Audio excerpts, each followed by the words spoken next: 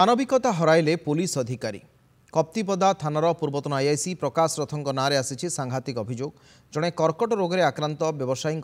बादाम गाड़ी को अटकाई लांच मागिले लांच नेले किंतु बादाम छाड़ले नहीं गोदाम रे पकाई नष्ट करदेले।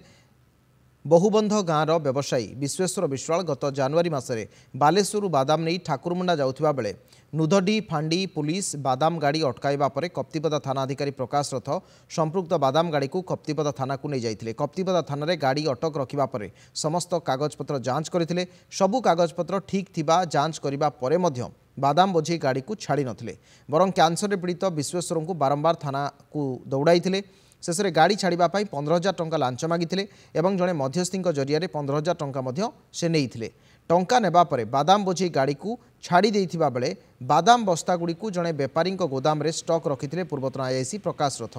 जहाँकि सेठारे पड़ी पड़ी 2 मास भितर बादाम गुड़िक नष्ट हो गलानी जार मूल्य पाखापाखि 2 लाख अधिक टंका हेबो। सेपटे बारंबार थाना को दौड़ी दौड़ी नयान्त हेबा परे एने फोन जोगे एसपी को अभियोग करथिले जहाँ बाबद एसडीपीओ को अवगत करा जायथिले सुधा कोनोसी ए दिगरे तदंत हैला नाही। केवल सेतिकी नुहे जबत बादाम बस्ता छाड़ापी आहरी 50,000 टंका आईआईसी प्रकाश रथ मागुथिबा कैंसर पीड़ित व्यवसायी विश्वेश्वर विश्वाल अभियोग करिसेंती। सेपटे घटना संपर्क में एसडीपीओ को पचारिबारु एसपी सहित कौन आलोचना होईछि ताहा कहिबे नाही बोली से कहिसेंती।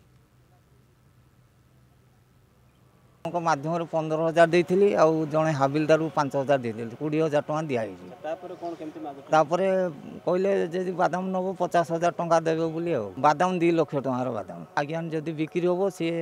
आ 50,000 खंड टकर 1.5 लाख टका लस रही मानसिक जंत्रणा बहुत देले आज्ञा तेणु बाध्य कि एसपी पाखे कथा पकई सी एसडीपीओ को जनइले एसडीपीओ कहले इनक्वारी करने प्रकृति कौन घटना कहले हाँ बादाम देदेबा किंतु अद्यावधि एपर्तंत बादाम से दे पारना।